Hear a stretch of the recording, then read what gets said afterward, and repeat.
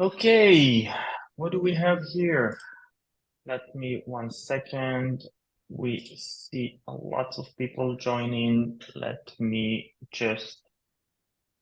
Hello, everybody. So excited to see you all. I'll be happy for all of you. Just drop where are you joining us from. So it's going to be exciting because it's a really, really exciting day for us at eToro. First course, the advanced course, and it's a fascinating day today because we had the beginner course 2 hours ago, and now we have the advanced course, one course that we worked on for a long, long time now, for a few months with my colleague here, Peter Martin, which is going to be the tutor of this course all over the sessions. And Hello. it was, yeah, go ahead, Peter. Hi, nice to meet everyone. And thanks very much, Matty, for inviting me along. I'll carry on. Yeah, well, definitely. I'm gonna do some proper intro to Peter in just a second. I just wanted to welcome you all and really share with you the excitement that we're having today. We'll give another 1 minute for people to just join and we'll start. Where in the meantime, I just want to share with you something just to give you a few points because it's all about education here, and our goal for you guys to improve what you're doing. This whole course really was built to take you to the next level, whether you have some beginners level, even if you have a bit more advanced level. Peter is going to get a deep dive with you guys over the next 10 sessions every week, either from the fundamental point of view, from psychology point of view, from technical analysis point of view. So really you will get sort of what I call 360 view of investing. I mean, when Peter worked and I worked on this course, we always thought like, if we were now in our 20s, what would we need in order to be better investor and faster at doing that? Because, the network is so full with so many different type of knowledge and good knowledge, but not many people know how to gather everything. So this literally the idea behind this course, and it's exclusive for you, our club members. So I hope you enjoy it. The first session today is more aligning the understanding between everybody. So bear some patience. You have the full syllabus of the course. I'm going to share it in just a second when Peter is going to start. One thing I want to share with you, because as I said, we're talking about education, is something we just launched a week ago, which is the Digest and Invest. And I'm really excited to share that with you guys. It's a free content of video audio that we start generating for eToro. I've been working on it for the past 10 months with the whole different teams within eToro. The idea behind it is to give you an inspirational content in addition to the academy, the really wide and diversified content that we have on our academy. But here you can get the conversation with leader, which some of you probably know because we had many episodes. So if you go to the conversation with leader, you will see a public company CEOs of public companies that you literally invest in them through eToro platform. You will see leaders within the world of investing. Either it's a coach from game in Australia, rugby coach leading rugby, or even Sue Gove, the Bet and Beyond company that went bankrupt, that we managed to have with her some interview, and many, many other people which can give you a pure understanding of investing. And the thinking behind it was to give you more education about to better and fine tune your investing. The other things that we have is, for example, stock break, where our analysts take in every time a company and break it down, do 360 views and breaking it down for you to understand the company. So for example, if you invest in BYD, but you don't 100% understand the way of doing the valuation, we literally do 25 minutes of doing a 360 view. So the whole idea behind the Digest and Invest, the whole idea behind this world is taking every knowledge you have, but sometimes we don't know practically how to do things, or we find it hard how to do it. So this is exactly the place we try every week to give you every time another content. As you can see, it's going to be the fundamental way, it's going to be the trader talk, conversation with leader, and the best favorite for me on a weekly basis is the Market Bites, where Sam North and Josh Gilbert, our two analysts, are just taking the three hottest topic of the week and spend 20 minutes in a podcast that you can just listen while you're in the gym driving, or if you want to watch it, so you can watch it. All this library is free for all our customers and outside people, and everything is video or audio. So really, with that, I'm finished. If you like it, please follow us and enjoy it. And with that, let me introduce you to Peter Martin.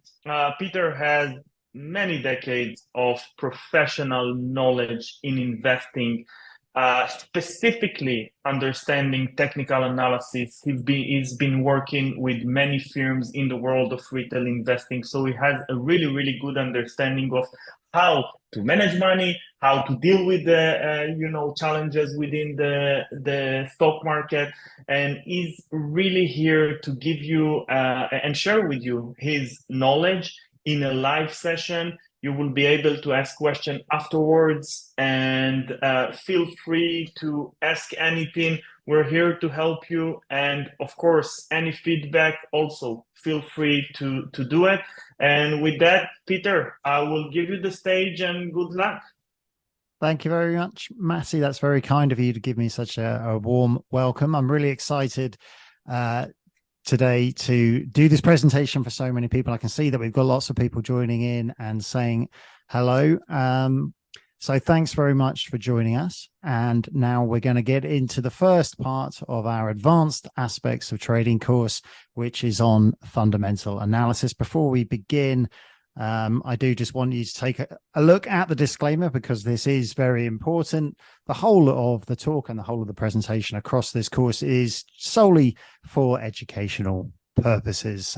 So nothing that I speak about should be taken as any kind of recommendation. The whole idea, as Matty said, is just to increase the level of knowledge, because the more you know, the better positioned you're going to be to make an informed trading decision. So let's just quickly run through our introduction to the course, what we're going to be covering. So over the course of the next 10 weeks, we're going to be covering these 6 broad topics. So as we said, we're going to be beginning with fundamental analysis. So we're going to start today with a kind of dipping our toe into the water, slowly easing into it, talking about the detail behind what companies do. We're going to be doing a bit more fundamental analysis next week, looking at a quite complicated way of valuing a company. And then we're going to broaden our scope for the third talk when we look at the macro level, sort of top-down analysis, looking at indicators that affect the economy as a whole and what that means, the implications for our investments and our trades. And then we're going to move on into the world of technical analysis. Now, a large part of that is looking at the trend, analyzing what's going on with trend. What do we mean by that? What indicators can we use to understand what's happening, how we can confirm what we're seeing with those indicators? And then we're going to look at a variety of chart patterns. And then in our penultimate talk, in closer to Christmas, we'll be looking at a specific type of strategy called pairs trading, which is simultaneously trading 2 instruments. We'll look at the nuts and bolts of a hypothetical version of that. So we'll actually get a really good idea of what exactly we mean by pairs trading. And then a really important topic is the one we're going to end on, which is risk management. And that is important because it's all about protecting your risk capital. It's a hugely important, vital part of trading that we will get onto at the end. But to today, our agenda. We're going to have a quick introduction to what we actually mean by fundamental analysis. We'll look at just a hypothetical example of a company and what it means to talk about its analyzing it from a fundamental point of view. We'll then move on to look at earnings season. What that means is a time when US companies report in quick succession. And then we're going to dig into the actual data of financial statements. And when we've looked at that, then the next part is to look at a way of taking the data from those different financial reports, drawing them together to make it easier to understand, quicker and easier to get insights about what's going on at a company. And that's what we call financial ratios. And in particular, we're going to be focusing on valuation ratios, which we also call multiples. And then we're going to end up with a thing called a stock screen, which is filtering down all the companies that are out there using certain financial ratios to try and whittle that list down for our consideration so that we're not having to look at too many, getting a short list for us to actually dig in and do our fundamental analysis. And we'll end with some questions. As Matty said, what I'd like you to do is save the questions that you've got for the end and then put them in the Q&A, and then I'll address them at the end of the talk. So, okay, fundamental analysis. Our old friend Warren Buffett here, we've got a quote from him. Unless you are willing to put in the effort to learn accounting, how to read and interpret financial statements, you really shouldn't select stocks yourself. So a few things going on there. First of all, it's not that easy.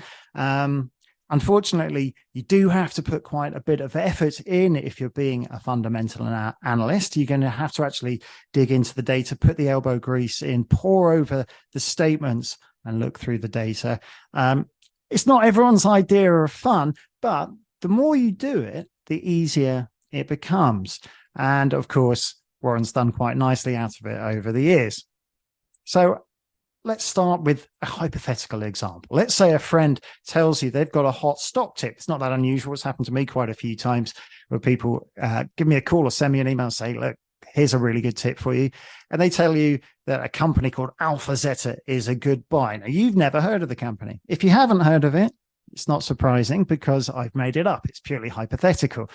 But the question is, what do you do with this? How can you actually work out if what they're saying makes sense or not? Is it a good tip or is it not? So one thing you might do is just actually draw up a chart of the company. Take a look at what the price is doing, what that tells you. And that's what we call technical analysis. And that's what we'll be moving on to in just a few weeks.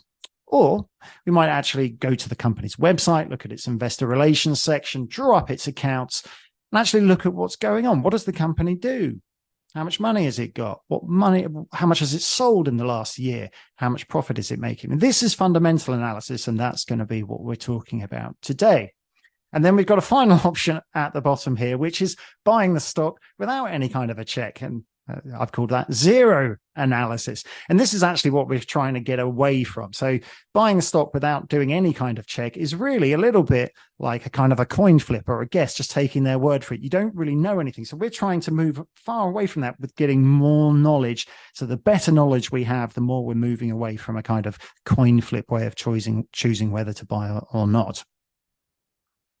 So at the heart of fundamental analysis are, if we boil it all down just to these two simple questions, is a stock cheap or is a stock expensive? You can almost say this is the why we do it to try and answer this. And the actual what we do is looking at the factual details of the company's operation. So we're actually trying to understand the company as best we can, trying to work out, what does it actually do? Who are its competitors, its peers that it's up against? What's the environment in which it's operating?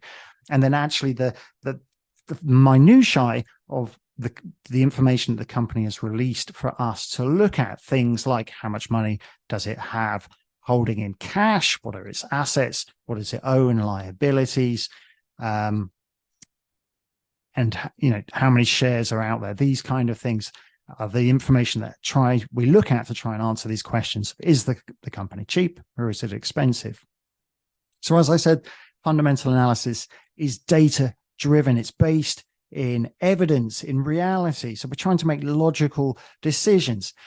As investors, as fundamental analysts, we need to pay attention to both past data and the latest data. Now, past data might sound a bit boring, sort of, this is old. Why should I pay attention to that? Well, past data can tell us how things are changing. We can look at to see whether we can identify any trends in what's going on with the company. Are its sales growing? Are its sales shrinking? Is it paying more in cost to do the business it does?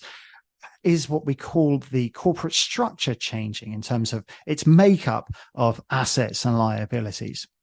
And of course, if we are interested in a particular company, then we're going to be very interested in knowing when the latest data is coming out, because that's the most pertinent data. It's the newest stuff. And that leads us on to what we call the earnings season. If you follow the financial press, as I'm sure you do, you probably come across this term where in news reports, you might hear, well, we're approaching earnings season, or we're in the middle of earnings season.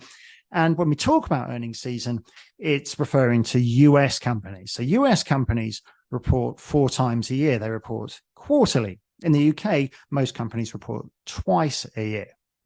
But in the US, obviously the US economy is the biggest economy in the world. So what happens in the US obviously has implications for everyone if you're interested in the financial markets. So it's a very important time for investors. And what we mean by earnings season is that companies tend to report in a quite narrow period of time, hot on the heels of each other, one after the other. Just within a few weeks, you'll hear from most of the big companies in the US. So it starts a few weeks after the calendar quarter ends. We've got written here earlier this year, the first quarter of the year ended at the end of March, obviously. And then we had in quick succession, JP Morgan, the big banking giant, the 14th of April, American Express, the credit card company, 20th of April, Coca-Cola, Microsoft, and Alphabet, all within a few days. Obviously, Alphabet being the parent company of Google, and then Meta, the parent company of Facebook, on the 26th of April. So lots of big names.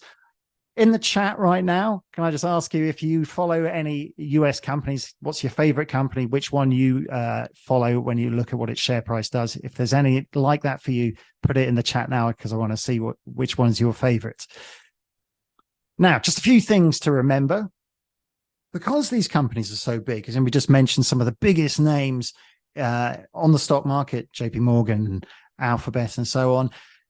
Because they're so big, what they come out with is really anticipated and closely followed. Investors are paying close attention. And what really moves things in the short term is whether they meet or beat or fail to meet expectations. So if a company meets expectations, it won't tend to move things too much. But if they have a really big beat, but they strongly exceed what the market was expecting for their earnings or for their revenue, then that can have a quite sharp effect on the share price. Or conversely, if they miss. And what do we mean by expectations? Well, what we're talking about really is a consensus of expectation where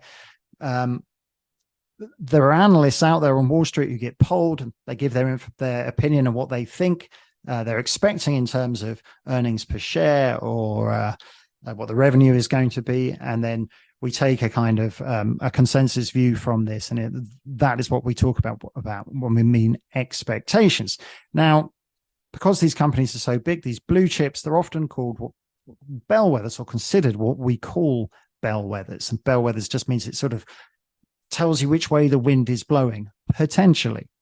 And so it can help you to clue into the way that the whole sector might be performing. So, for example, the thinking behind this is, for example, if we take a company like Apple, which makes a lot of money, it's leads in its field. If Apple comes out with its earnings and it's done particularly well, much better than everyone's expecting, that has a certain implication for how all the other companies in that same field might be performing in that same period. So when we talk about beating or meeting or failing to meet these expectations, we're actually just talking mainly about headline information, earnings and revenue. But as fundamental analysts or investors, we want to dig a bit deeper into the data than just that headline stuff about earnings and revenue. So I've called this revision. Question. Yeah, if sure. I can interfere for a second, I would love people to share how many of you are waiting for the earning expectation change from the analyst after the report. How many of you put weight to those to this data when you take a decision in order to buy or sell company? That's just interesting to see how many people here are fundamental centric or don't care about it. That's a good question. You can Um, continue. I'm going to enjoy the answers. yeah, send those answers through so we can see.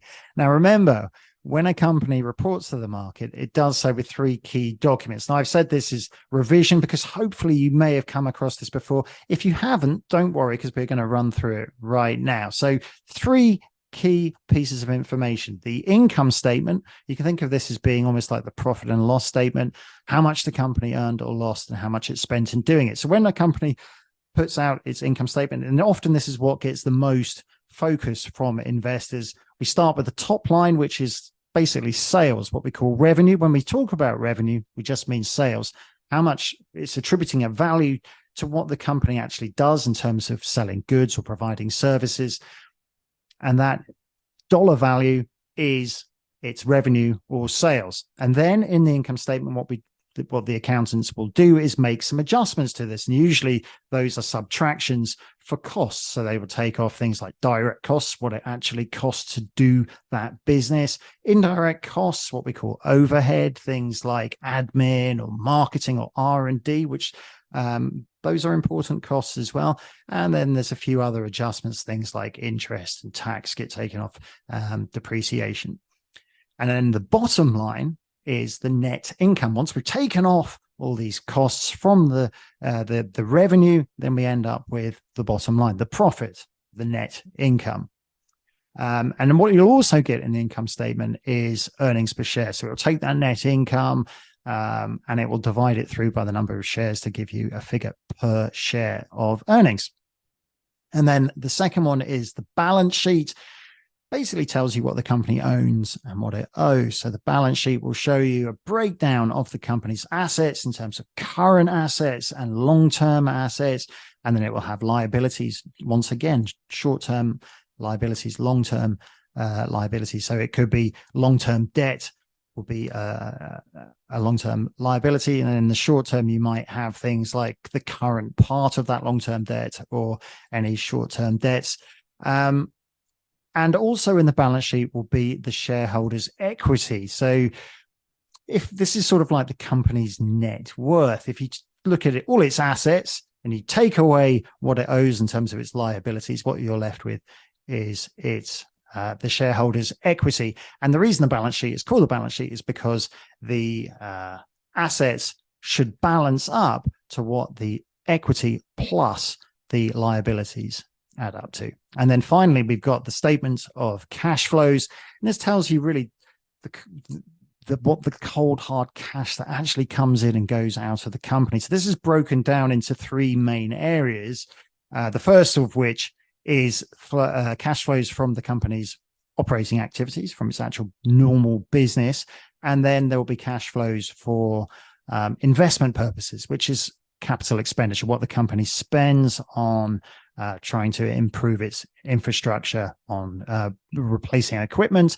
And then also we get investment flows, which are things like servicing, issuing debt or paying off debt or paying out dividends or issuing new shares. So we talked briefly before about price consensus, how the market pays quite close attention to what brokers, analysts on Wall Street are expecting in terms of earnings, and they can also have price targets. Let me just see if I can change my screen to show you something from it within the eToro platform. So here we are within eToro's app, and I'm looking at McDonald's here. So you can see in the news section, we've got investor relations here on the right, and we can see McDonald's reports second quarter results. So here's a really easy way, if you're trading with eToro, just to see what's going on.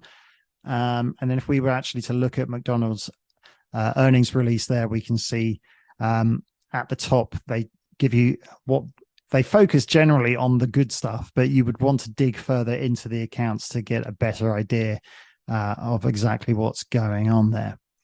Now let's go back to the presentation.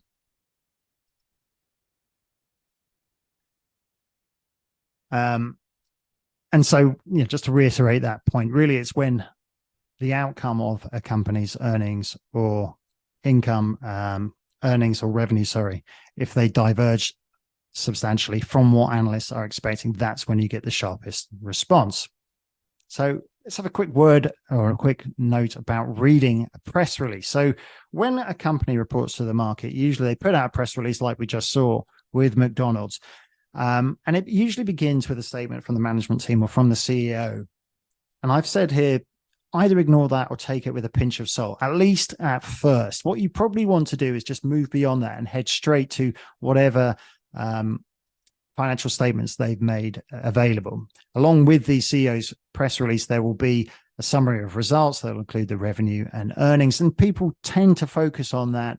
But you do need to contextualize it alongside costs. So it doesn't really tell you everything. It only tells you part of the picture. So you want to get as full a picture as you can about what's going on. So you also want to look about things like how much cash is coming in or how much cash is going out, what the costs are, how costs are changing.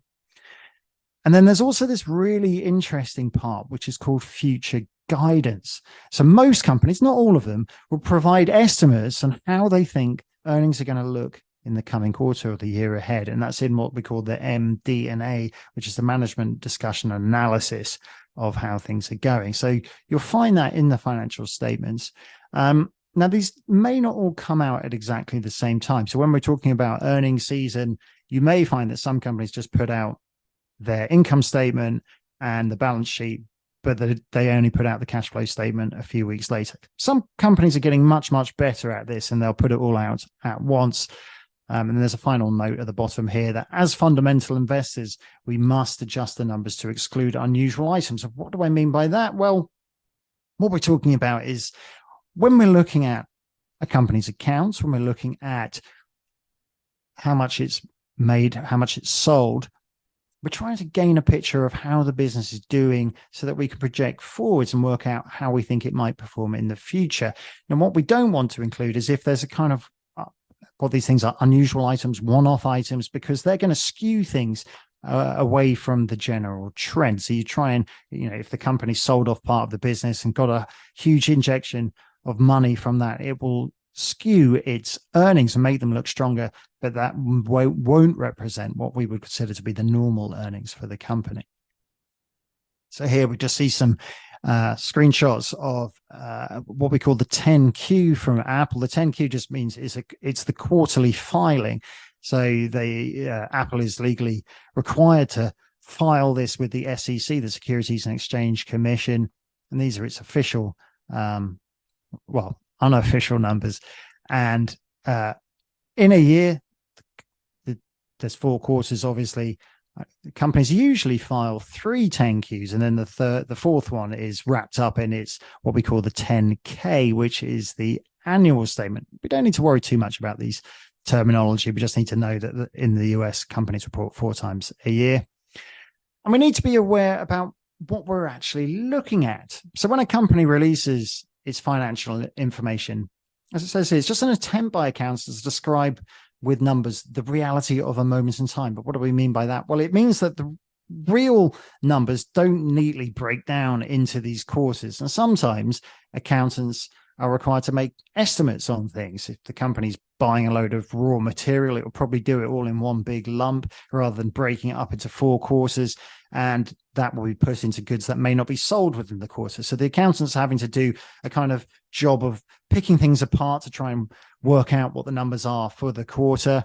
And there are other estimates that an accountant might have to do. For example, if a customer owes the company money and they haven't paid it and it's been dragging on, you have a judgment call of whether to call that a bad debt or not, or whether how much you would write that down by. So it's not all completely objective. There's an element of subjectiveness to it. And what we call GAAP, GAAP, General Agreed Accounting Principles, do allow some measure of leeway to accountants when they're trying to summarize how the business has done. So as we say here, the income statement follows what we call the matching principles, a best efforts way of doing things to apportion relevant costs with revenue. So you're trying to match up a cost here with when it was sold. So you don't just put it down on the statement because you paid for it in the first quarter. It would depend whether it went into goods that were sold in the third quarter, whether you would list it in the third quarter or not. And also this final point here is about items on the balance sheet may not represent current valuation. Now, this one is quite important because when we're talking about looking for value, here's way that there might be things buried away in the balance sheet where it's actually no one else has noticed, but it says, this property that the company bought 40 years ago cost amount X. Over the years, they've been depreciating the value of that property. But in reality, if you would try and work out a market value for it, it might be much, much higher than it's showing on the books. So that could be an area where potentially the company is being undervalued if no one else notices that. So what can we do in terms of having said that accountants are trying to make a kind of best efforts to represent reality, but it may not represent reality? What can we do to try and work out whether things actually do check out? So here's a very quick little trick. It's a little tip for you. So what you can do is to compare profits to cash. So first of all, you find the company's net income. Where do we find the net income? Well, it's in two places in the accounts. We have the income statement. It was the bottom line, the net income, or we can just go to the statement of cash flows, and it's actually the first thing that appears there. So you just take that number and then you look through the cash flow statement, and the next thing you look for is the cash flow from operations, and that will just be listed there. Now, let me just see if I can share my screen, switch my screen again. Just get rid of that and that and that. So here is actually a consolidated statement of cash flows for International Business Machines, IBM. And what we can see here is lots and lots of numbers, but we can see how easy it is to pluck those numbers. We've got cash flows from operating activities. We have the net income, 2511. This is millions of dollars. And then net cash provided by operating activities, 6412. So we can see there very easily that the net cash provided by operating activities is higher, substantially higher than the net income that they reported. So what does that mean? Let's just go back to our presentation. If the net income is lower, that is greater than the free cash flow, that's low quality earnings. But that's not what we saw there with IBM. What we saw with IBM that was that the net income was less than the free cash flow, and that suggests high quality earnings. Now, if you see low quality earnings, that's not necessarily fraudulent. It's not necessarily a terrible thing. It's something to pay attention to. If that only happens for a quarter, okay. If you start seeing that happening over and over, where a company's got its net income is always higher than its free cash flow, that might be a bit of a red flag. But as I say, it's not in any way fraudulent because there are some quite easy explanations for how it might happen. For example, if there's a company we're looking at and it sells furniture and they might do a promotion where it's buy your sofa now, pay next year. That kind of thing's not unusual. You probably heard of that before. What that will do is all those sales are going to feature in the revenue for the year and for the earnings for the year. But if you look in the statement of cash flows, you're not going to see that cash because it wasn't coming in that year. So that might be one of the explanations for how these kind of things can happen. Now, having run through the financial statements, let's now move on to using financial ratios, which is kind of an easier way to work with that data. So it allows for an easy apples to apples comparison between similar companies. So we're talking about a kind of peer comparison. So you might not want to compare very significantly different companies, but ones that are competitors, operate in similar areas, then it can become very easy if we use these financial ratios that we're going to talk about to make a quick comparison between the two of them. What it also does is it helps to draw data together from those different financial statements that we've just been talking about. So the income statement and the balance sheet, they sort of exist in different silos. And when we look at them, they don't really refer to each other. But when we use financial ratios, we can pluck a piece of information from the income statement here. We can pluck a piece of information from the balance sheet there, or from the cash flows, and we can compare them together to help draw that information and give us some new insights. And it helps us save time, because it's so much quicker to just look at one of these ratios. You can look them up very easily from certain sites and get an insight into what's going on in the company without having to necessarily spend all your time looking through every single line on the financial reports. And once you've gained an insight, what you can then do is go back to the reports to try and investigate it further. So there's a few different types. Valuation ratios, the one we got at the top here, that's the one we're most interested in for the purposes of this talk. So this is really, when we talk about trying to work out if a company's cheap or expensive, this one's going to help us probably the most. And it's just comparing the stock price to other pieces of information. I've got written here, for example, price to earnings, price to book. Don't worry, we're going to talk about those in a bit more to explain what they are in just a moment. And then we can also look at other parts of the business, financial health ratios. We can look at things that tell us how liquid or stressed or leveraged the company might be in terms of things like cash to debt. So I've got here debt to equity. So dividing the company's debt through by an average shareholder equity value. So you would take an average from previous year to the current year and divide that through into debt to get an idea about how leveraged the company is. Return on investment ratios, trying to work out what you're getting back from money that you've invested in. So, for example, return on equity. And then operating performance ratios, the kind of efficiency ratios, really showing what kind of sales are coming out whilst keeping a tab on what's going on with regard to costs. So, as I say, we're really going to focus on the valuation ratios, ones that tell us about comparing the stock price of one company to another. So, as an investor, this question, is it cheap? Is it expensive? Is probably the most useful. So some popular types, and there are lots and lots of different types of these. We're just going to cover some of the more popular ones. And the one we're going to focus on the most is the PE ratio. And the reason we're going to focus on that the most is because it's the most common, it's the most commonly used. It's the broadest kind of benchmark of how a company is priced. So price divided by earnings, price per share divided through by earnings per share. And we've got a few slides to look at that, so I won't talk about that anymore at the moment. PEG ratio is price divided through by earnings and growth. So it tries to take into account what's going on with how the earnings are growing. We'll talk a bit more about that in a second as well. And price to book, which we mentioned already. So it compares the share price to the book value, which is literally what is the value showing of the company on its books, on the balance sheet. What is once you take away the liabilities away from the assets, what is left is the book value. So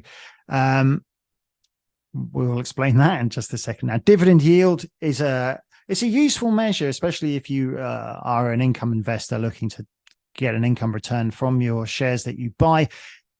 Really easily calculated. It's just that take the annual dividends and then you divide through, well, annual dividends as a share price. So if a company pays out, let's say 10 pence per share in a year, and the share price is £1, then it's a 10% dividend yield. So you can see what you're getting back from in that percentage. Dividend payout is how large the dividend payout is relative to profit. Once again, it's fairly easy to calculate. You just take the total dividend, divide it through by the total net income for the year. And that gives you a gauge as to how much the company is paying out of its profits as dividends. Now, obviously, it's nice to get quite a large chunk of the profits coming back as dividends, but you might be a bit worried if it starts coming out that it's paying all its profits to its shareholders as dividends, because then it hasn't got any money to reinvest back into the business to grow the business. So you want to keep an eye on that one. And then earnings yield is earnings per share divided by share price. It's just another measure of, really, that's the inverse of the PE ratio. And it's another way of measuring what you're getting in terms of bang for your buck, in terms of earnings for dollars invested. So let's talk about the price to book ratio, which we mentioned before. So valuation ratio that compares the share price of a company with its book value, the value on the as shown by the books. So it's the recorded worth of a company's assets that are free of debt. And quite simply, we take the book value and we divide through by the number of common shares outstanding to give us book value per share, and then price to book is the share price divided by that book value. So we can think of it as a measure of how much it costs to acquire the company's assets. And when the price to book ratio is low, that's what we might call a value stock. When it's high, we call it a growth stock. It's a sliding scale what these kind of values are. You have to keep an eye on them and compare it to familiar benchmarks or useful benchmarks like the S&P 500 index to give you a gauge as to what kind of looks like the average.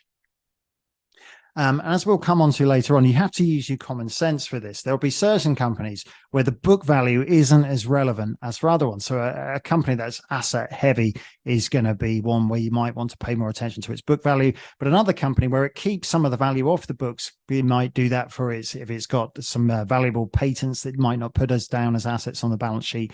That might be one where it doesn't pay, not such a good idea to use price to book. We mentioned dividends, just a very quick word on dividends. So when we talk about dividends, is just some of the profits being given back to the shareholders by the company. They're usually paid periodically. They do change from time to time. Ideally, it's very nice when a company tends to grow its dividends with time. And there are some companies that are very reliable in terms of going back decades and decades, where they've always paid a dividend.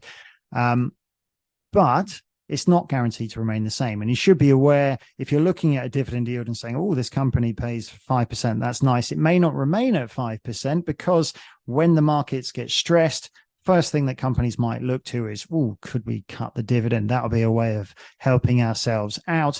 And also something to bear in mind when we're looking at the dividend yield, we said the dividend yield was the dividend divided through by the share price. If a company is getting hammered down, its share price is dropping, then the divisor is getting small. So your dividend yield starts to rise, and it can actually be a sign of a stressed company. Sometimes if you look at a company and it's paying a very large dividend, it's paying 15% dividend yield, it can be a sign that that company's been struggling. And some dates that you might want to pay attention to if you are looking at dividends is declaration date. So I've got some sample dates put down here.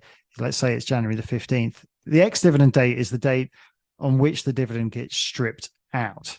And then the payment date is when you actually get it. So you've got to hold the share through to the ex-dividend date. You need to hold it before that it goes ex-dividend in order to qualify for the dividend. And then a bit later on, you actually receive that dividend. And you could, after the ex-dividend date, you could sell the shares, you still get the dividend. So PE ratio, which we said was the most important one, or the simplest to use of our valuation ratios, our multiples. So really important. If you're not going to pay attention to anything else in this presentation, you might want to perk up now and just listen about PE, because it's used an awful lot when people talk about the market. So it's probably the most used financial ratio, simple, easy to understand. So we can almost say it's like, it's a nice rudimentary yardstick, as it says here. It's sort of saying what you would pay in dollars to get what you pay in dollars to get $1 of earnings. So if a company's got a P ratio of 22, you're paying $22 to get $1 back in earnings. If another company's got a P ratio of 30, you're paying $30 to get $1 back in earnings. So you can see how easy it would be to compare, with a few caveats that we'll come on to. So the P ratio, because we work it out, as this equation shows, by dividing the share price by earnings per share, the share price changes all the time.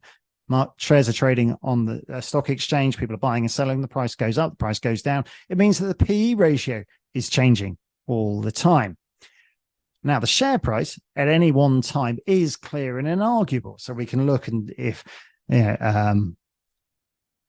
a stock is trading at $100 a share, that is the price. No one's going to argue about that. We might have a view about whether it's expensive or cheap, but that is the correct share price. But when we talk about earnings per share, that actually can mean more than one thing. So when someone's talking about PE, what you want to make sure you do is you understand what type of PE they're talking about. So some variants There's trailing 12 months. We look back over what the earnings actually were, what they were actually reported at, and that's what you use for the earnings part. This is the most conservative measure of PE, so it's a good one. Then there's also current, and what that one does is it takes what portion of the year has been reported, and then it makes the rest of the year earnings that we haven't had yet. It takes the what's expected, and you make a kind of composite a current earnings value. That one is not quite so common. Very common is forward, and that's where we get all our expected earnings from by looking at what analysts have got for the next fiscal year. And what some of our notes here, the forward one tends to be on an operating basis. So what that does is it just completely excludes unusual and one-off costs, understandably, because no one knows what they're going to be if you're looking forward. But when a company reports its earnings per share, it tends to do it on this trailing as reported basis. So it would tend to include the charges in there. So those two tend not to tally up so well. So what companies also do is they do this thing called a pro forma version, where they try and crunch the number to take out the unusual and one-off costs so that you get a number that does tally up with what people were expecting. So just something to bear in mind. But what does it all mean?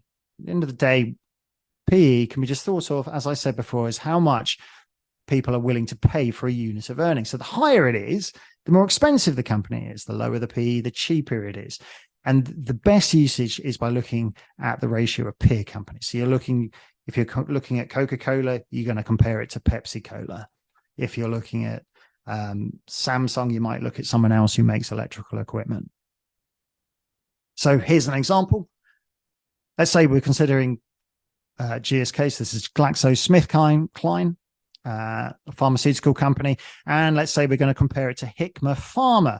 So it's a peer. It's in the same industry. They do the similar sort of business. So here's some valuation measures that I've taken from Yahoo. And we can see that the trailing PE of Glaxo is 13.1. The trailing PE of Hikma is 17.58. We've also got in this screenshot that we can see in the screenshot, we've got a trailing PE for Renault. So Renault would not be a peer. And we can see how the PE of Glaxo is markedly different to Renault. So if we were just doing a very simple peer comparison between Glaxo and Hikma, then we could say, well, it appears on this basis that Glaxo looks a little bit cheaper, and we might want to dig a bit further to find out why that is. What we wouldn't want to do is to compare Glaxo to Renault. So as this slide says, it doesn't make sense. We look at that, we might, if we didn't know what we're doing, but just blindly following the P, we might say, okay, well, look, Renault looks really cheap in comparison to Glaxo because its P is so much lower. But there's a difference in how their businesses operate. Glaxo has these really valuable pharma patents, and they once they've spent the R&D to develop those are actually going to deliver them quite strong profits without a lot of cost against it. But if you compare it to Renault, which sells garden variety ubiquitous cars, which is quite capital cost heavy, then we can see why Glaxo is going to have a higher PE. It's going to be higher valued by the market than for Renault. So what we can do is to compare a stock with an index or with its industry. So this little graphic here just shows we've got listed a few companies, PAA, BKR. So this PAA is Plains All American Pipeline. So it's a company in the petroleum industry, oil and pipeline. BKR is Baker Hughes. It also operates in the same industry. And then CQP over here, the other two are actually Cheniere Partners and Cheniere Energy. So they're energy companies. Cheniere Energy is kind of liquid gas. They're related. They're not exactly the same sub-industry. So we can see that Plains All American Pipeline, its price to earnings ratio, its PE ratio is 10.8. Baker Hughes here doesn't have one. Not all companies do have one. Baker Hughes probably made a loss in that quarter, in which case, or over the last 12 months, in which case you can't divide through by negative earnings. So it doesn't have this PE ratio. And then we can see that the averages are slightly different here, marked because they're not in exactly the same sub-industry. But we can see how it compares to its peers, and we get a kind of very basic feel for, is it cheap? Is it expensive? And then, of course, the other comparison is we can look at the index as a whole. So the P ratio of the S&P 500 index around about 22. So we can see that these are just using this as our only measure. And it's not very wise just to use one measure, looking a bit cheap. So not all companies have a PE ratio. As we said for Baker Hughes, if earnings are negative, they're losing money, it's not going to have a PE ratio. If a company's just floated, it's had an IPO, then it's probably not going to have a PE ratio. And of course, it can be skewed by growth or growth expectations, and it can be skewed by the business cycle. So what we mean by this is there are limitations to what we can do with PE, because this skew by growth or growth expectations, you might find that there's companies with very high PEs. And the reason they have that is because their earnings are growing. And what that means is if we ignore that and just say, well,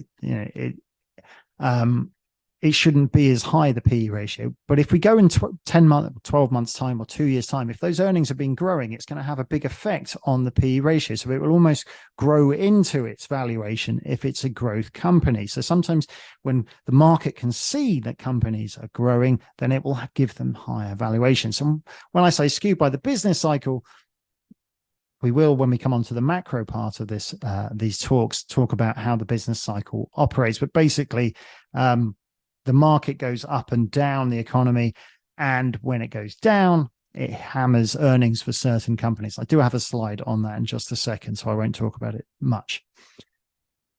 So having said that, growth can skew things for PE ratio. Then we get the PEG ratio, which is one which tries to take into account growth. So the PEG ratio formula is price to earnings ratio divided by the earnings growth rate. So it takes into account growth, and therefore can be a bit more of a robust measure than our simple PE. Once again, just like the PE ratio, we do still want to stick with comparing like for like. So we compare peer companies to each other so we don't get in trouble. As a very general rule of thumb, some investors consider stocks with PEG below 1 to be cheap and stocks with PEG higher than 2 as expensive. But you will see these values do vary quite considerably. But we're dividing through by that growth rate, so it sort of factors it in just to bring it down a bit. So I talked about that cyclical problem. What this means is it's called the Molodowsky effect, named after the person who first formally observed it. It's saying that when the economy is weak, earnings will tend to be low. If earnings are low, we're dividing through by earnings. That's actually going to give us a high PE ratio. So it can make companies appear expensive just when they're doing badly. And when the market turns, then those PE ratios, the earnings are going to start bouncing back. And then we get at the peak, we get very low PEs where it can appear to be cheap, but actually you're just about around the corner from a contraction. So something very much to be aware of. And what can we do to try and deal with this? And the other thing, so one thing we should also note is this is more pronounced for what we call cyclical stocks. So we've got different types of stocks that behave in different ways according to how the business cycle is happening. And cyclical stocks tend to be the ones that are most affected by what we call discretionary spending, which is really just how free people are with the cash in their back pocket.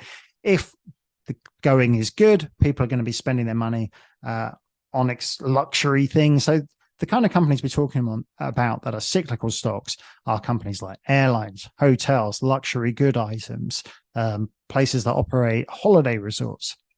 And the companies that aren't cyclical tend to be the ones that sell essential items. So companies that make toothpaste or socks or toilet paper or make spirits or wine, which people will drink no matter what's going on.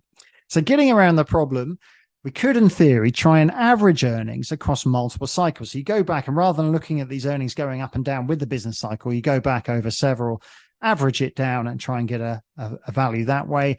Or we could just try and use other valuation measures alongside PE, like price to book ratio or price to sales.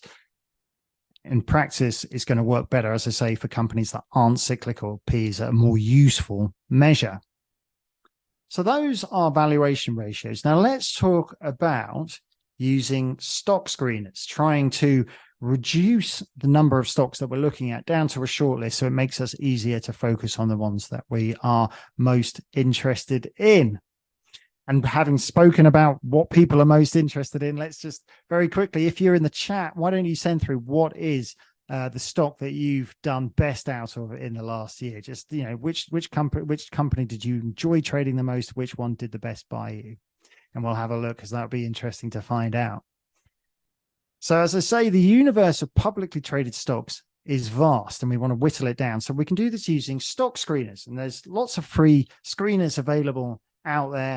A few that I've named here is Guru Focus, Finviz, investing.com, but there's many more. There's lots out there. As with all trading, it's a very personal thing. Use which one you like using the most. And some examples of fields you might like to screen by, and really the list is very long what you can screen by, but you might narrow it down to geographical region, because you don't want to be comparing a company from one country to another. So it might make sense to just say, I'm only going to look at US shares. I'm only going to look at UK shares. Maybe you're interested in different market capitalizations, how big the company is. Maybe you don't want to be trading in hugely expensive companies because they don't tend to grow as much as the smaller ones, or you don't want to deal with the smaller ones because they're less risky or less well established. Or by industry, companies that you know the most about. It always makes sense to sort of focus on companies that you know something about. It doesn't make sense to trade something that you know nothing about. It goes back to that thing we spoke to earlier, that we're trying to get away from dealing without knowing what we're dealing. The more information we've got, the better positioned we are to make a sensible decision. So we can also try and use some of these valuation metrics that we've talked about. So you could also try and look for something that's got a low PE, or it's got a high dividend yield. So we're trying to look at these valuation ratios, these multiples, to try and look for something that's cheap. And what this might show us is something that appears cheap, and then we need to work out, is it actually cheap, or does it just appear cheap? So that's where we do the sort of putting the elbow grease into digging into the data. So to use these metrics, we need to know a little bit more about, as when we've spoken a little bit about P and PEG and so on, and price to book. So here's a quick example of using a stock screener. This screenshot is from gurufocus.com, which is a free to use website. And you can see all the how many different things that you can search by. So I would just use the stuff that you're most comfortable with and that you understand the best. And as you start to learn more and understand a bit more about different metrics, then you can start to work or incorporate more of those into your filters, into your screen. So it is important to choose the right multiple. As we said, industry, geography, financials, multiples.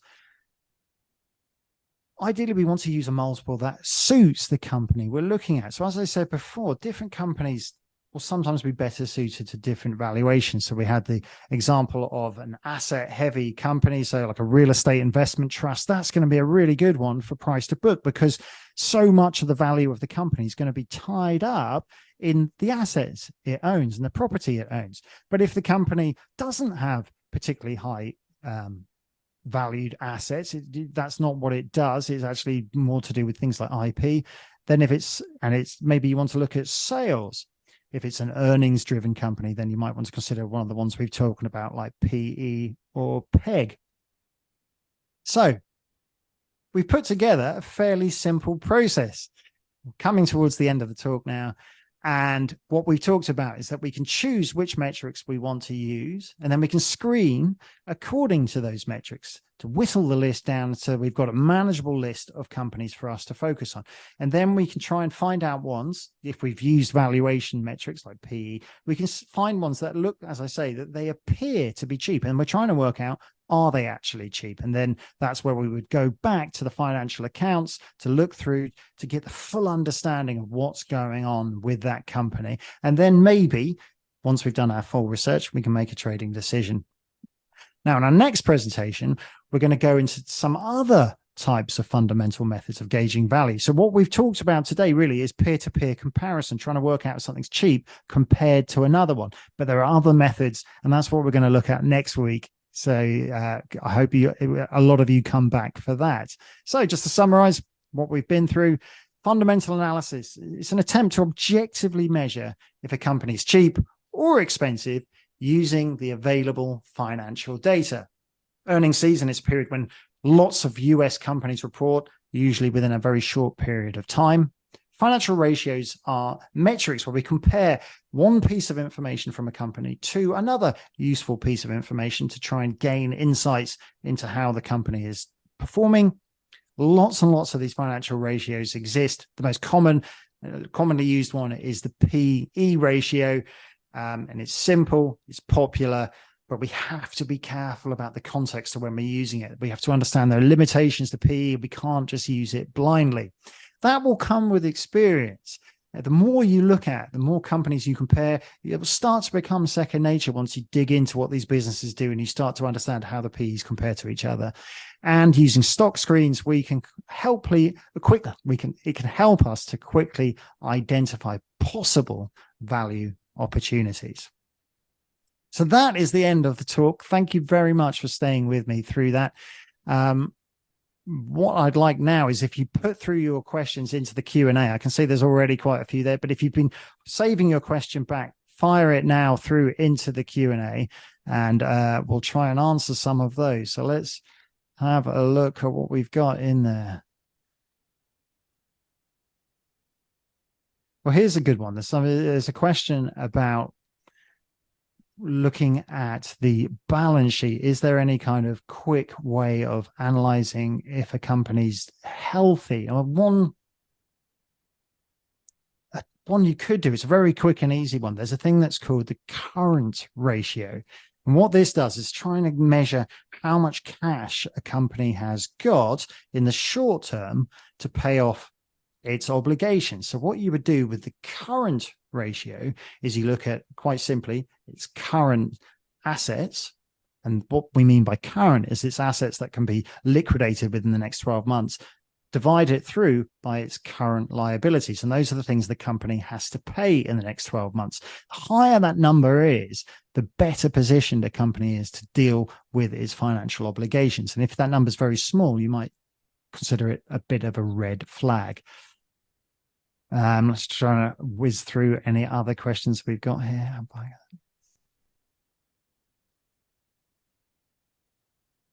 Well, we've got a question here: how buying or selling shares of a stock influences market price? It's a good question, really. What happens with the stock market is there's a kind of meeting of minds where buyers are coming in, they think the share price is going to go up, sellers think it's going to go down. And it's just like with the housing market. When people agree on a price, that's when a deal gets struck. And then it becomes a question of supply and demand. If supply can't meet demand, then the price is going to go up. If the buying pressure is there, people are buying more bullishly than people trying to get rid of the stock, then the price would go up. But the vice versa applies. If the supply is strong, demand isn't there, people are just trying to sell the shares and people aren't that interested in buying it, then the price is going to go down. So really, buying and selling pressure pushes prices up and down, as it does with any market. That's just not limited to the stock market. It's true of the housing market and other different types of market as well. There is a question that I actually liked. First, amazing session, by the way, Peter. Thank you. I'm still adjusting. It was so fascinating. There is a question about can we use the ChatGPT or one of its plugin to get the financial statement and calculate the variance ratio and everything. And I was expecting this type of a question, because of the AI world, which literally we always look to make our life much easier. Peter, you will share your thoughts in just a second, but in my opinion, the answer is straightforward, is yes. I mean, the idea behind ChatGPT is to give us, quick answers, something that sometimes it's hard for us to find them. So today, if we want to ask something, we go to Google, we get a lots of things. But with ChatGPT, you literally can ask a precise question and get a precise answer, which is something I think it's very valuable. However, saying that, we need to be very careful with the prompt we're getting back. We may get sometimes something that it's not 100% accurately. So you need to be pretty careful about it. Saying that, ChatGPT has the 3.5 and there is the 4. As far as I know, the 3.5 is outdated. It's until 2021, and only the 4 is updated. So, I mean, it's a really nice way to cut through, let's say, the time spending. You can, and I saw something, and we are working at eToro on few solutions. Something, for example, like that will go through the financial report, automatically, and then will just bring like one pager that showing the main changes and everything. So definitely, no question, ChatGPT and the whole AI world is here to help us to really improve what we do in order to get better results. Peter, I don't know if you have anything about it.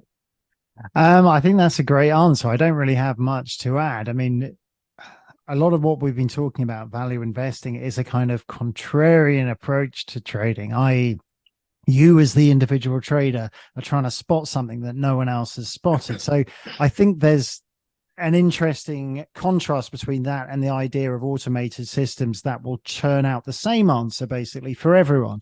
But that's all I would really have to add to it. I think you answered, made some very interesting points there about about AI, basically. I've got a question here, which is, after dividends, most company price drops. How can we figure out, is it more significant than the gain possibility or less?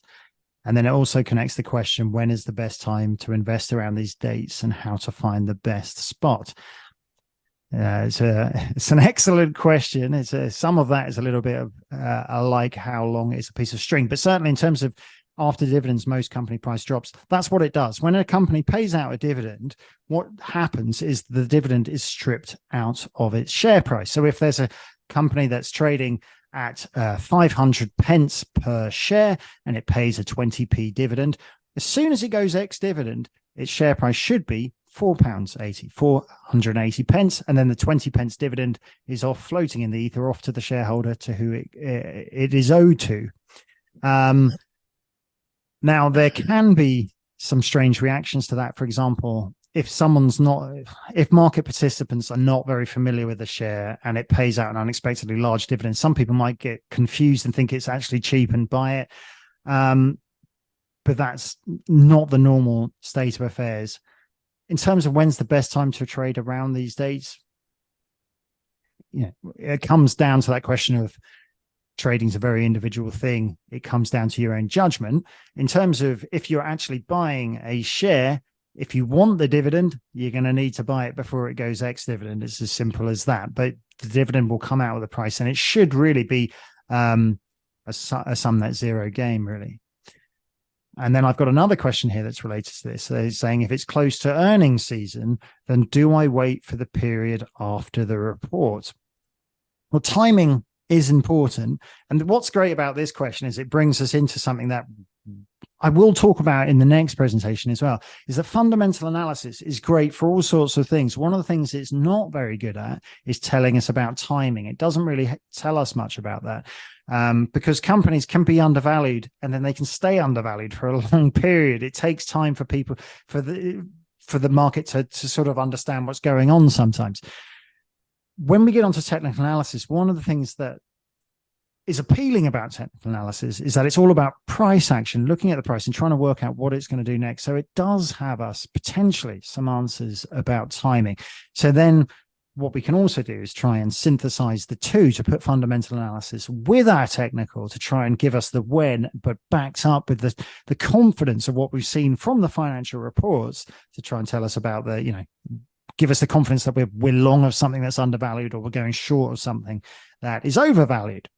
And in terms of, do I wait for the period after the report? Well, earnings season, traders love volatility, and the earnings season offers the potential for volatility. And by volatility, what I mean is, do prices move a lot? And as we said during the talk, if a company misses or strongly beats expectations, you can see vol because the share price will move. Whether that's a good thing or a bad thing is down to you. I can't say. If you want to trade volatility, then it's going to be a good time. If you don't want to trade vol, then you might want to wait and just see how the dust settles. I mean, there's nothing wrong with being conservative. There's nothing wrong with sitting back and waiting to see how the dust settles. Patience can pay off. So let's have a look for what else we've got here. Is there a site or calendar where I can see all the earnings announcements? Well, you should be able to see it in eToro's platform. It does have that news feed, and they have an earnings calendar feature as well, where you can see what's coming out. And you can also see what's coming out at the macro level, which, as I said, is going to be our third presentation, talking about really important things on the macroeconomic calendar. You should be able to see that all within eToro's platform. There's another question here. Can we get access to this webinar after now? I don't think you can get hold of it. Yes. But yeah, Matty will have a better answer. Yeah. Actually, I'm just about to share, although I shared the link so many times today, but some people joined lately or something. So I just shared with you guys the link, and this link is the official page for the club members of the course. And then basically what you can do is just register there to all sessions, next sessions, and to watch when the recording is ready. So yeah, that's about it. And there is a question, Peter, I don't know if you answered that, but on the free cash flow, isn't free cash flow cash from operation plus financing plus investing? Here we are just comparing net income with cash flow operation. Do you have any point on that? Sorry, say that question again. I think the trick, I can take it. I mean, I think the trick was that people found it confusing because the way we do the free cash flow is basically we take in cash flow from operation, and then we reduce the capital expenditure, and this is the way we get the free cash flow. However, and this is important to explain it, at least for me as a value investor, there are many ways of doing the free cash flow. What I just explained, this is the plain vanilla. When you go on a screener and you do free cash flow, this is how they calculate the free cash flow. However, for example, there is Warren Buffett where he call it like owner's earning. And what it means is that Buffett, for example, doesn't take stock options as non-expenses. So he's not deducting it. So he's living it. Some investors are doing free cash flow also to find the owner's earning without taking the changes in operating cash, things that happening in the balance sheet. So there are many ways to do it, but just to try and put it as a plain vanilla is just operating cash flow less capital expenditure. This is the free cash flow. There is another nuance which was brought, and I answered to this question during the session, is about the capex, and rightfully is not all of that. You need to compare it to the depreciation and amortization. So just to explain this point of view, it's true because companies have what we call maintenance capital expenditures, and they have a growth capital expenditures. The maintenance capital expenditure, what it means basically is that that's what I need to invest every year just to keep my, let's say, equity or whatever business afloat, and everything I invest more than that. Now there is a trick that not many investors knows about, even mature investors, because we had a zero almost interest rate and inflation for many, many years. So when you replace the equipment you invested in, let's say, I don't know, in 2012, when you replaced it in 2015, you didn't really saw any effect. Now there is a really sensitivity when it comes to cyclical specific companies that are asset heavy, that they need to invest in equipment and everything. Now to replace something, we need to remember that the cost, the replacement cost for what we see as a depreciation and amortization is probably going to be higher today. because we are amortizing and depreciating something that costs us less. So it's really important to see all those nuances. But when you do calculate the free cash flow, there are more in-depth things into it. But I think the main goal you should take from that is that, to see some, let's say, reasonable operating cash flow, if you see it over the long term as historical, so the operating cash flow less the capital expenditure should give you something which is not that far away. And again, and probably Peter can echo me here, it's really centric and depend on specific sector and specific company, because some companies have more changes in accounting. Some companies have a lot of intangibles, so they don't have amortization on that like you have on the capex. Really depends and varies. But if we look at all things being equal, the operating less the capex. Yeah, absolutely. I mean, there are nuances to this, and when it comes, the more you learn about this kind of stuff, you'll realize that there's many ways to skin a cat, and that you can always try and strip out certain parts to try and make your answer more meaningful. So when I was talking about the current ratio, there's another ratio called the quick ratio, where you strip out the inventories because you feel it's being too generous to the company to leave the inventories in as something that they can generate quickly into cash, because no company realistically is going to sell off all their inventories in order to try and meet their obligations. So you strip that out to give you a better answer. But great answer that Matty gave there about the different nuances that can apply. And this is why it can also be useful if you can get your hands ever on brokerage reports, brokerage analyst reports, specialist analysts. Now, you may not agree with their buy or hold ratings or their price targets, because sometimes they can be a little bit bullish, shall we say. But what you can see is their methodology, because they're experts in the fields of the companies they're analyzing. So if you're looking at an analyst who spends all day looking at the banking industry, they'll know the little nuances, the ins and outs of what are the best measures or metrics to apply to banking stocks. So you can learn a few things by looking at those. And I have just got one. I've got one last question here I'm going to address, and I think we're dragging on a bit otherwise.